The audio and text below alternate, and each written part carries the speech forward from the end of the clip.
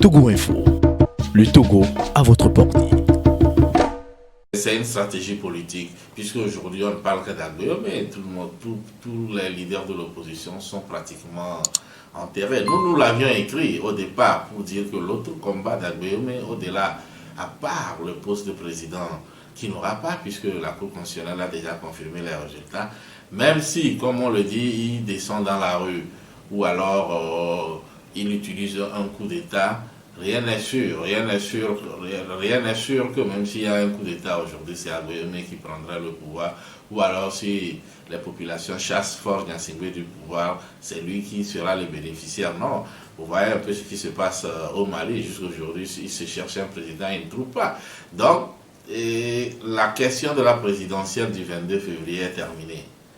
C'est terminé. Donc, on peut dire que cette page est déjà tournée. Cette page est déjà tournée, mais politiquement, il faut que l'homme existe.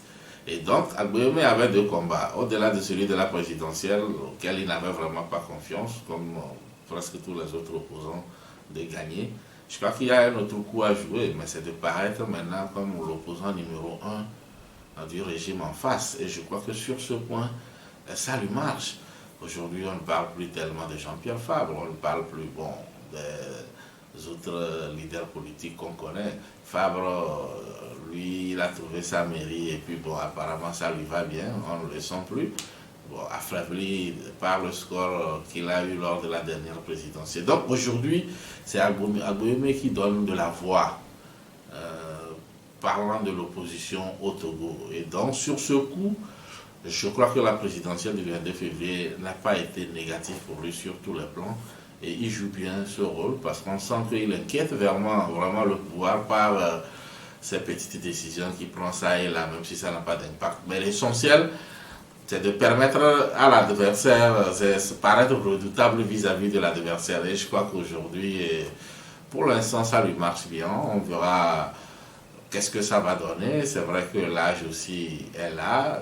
J'avoue que peut-être le monsieur aurait 60 ans aujourd'hui, qui pourrait être présenté comme la force politique de demain. Et pour moi, c'est un peu ce jeu-là. À défaut d'être président, il faut quand même une opposition en face du pouvoir.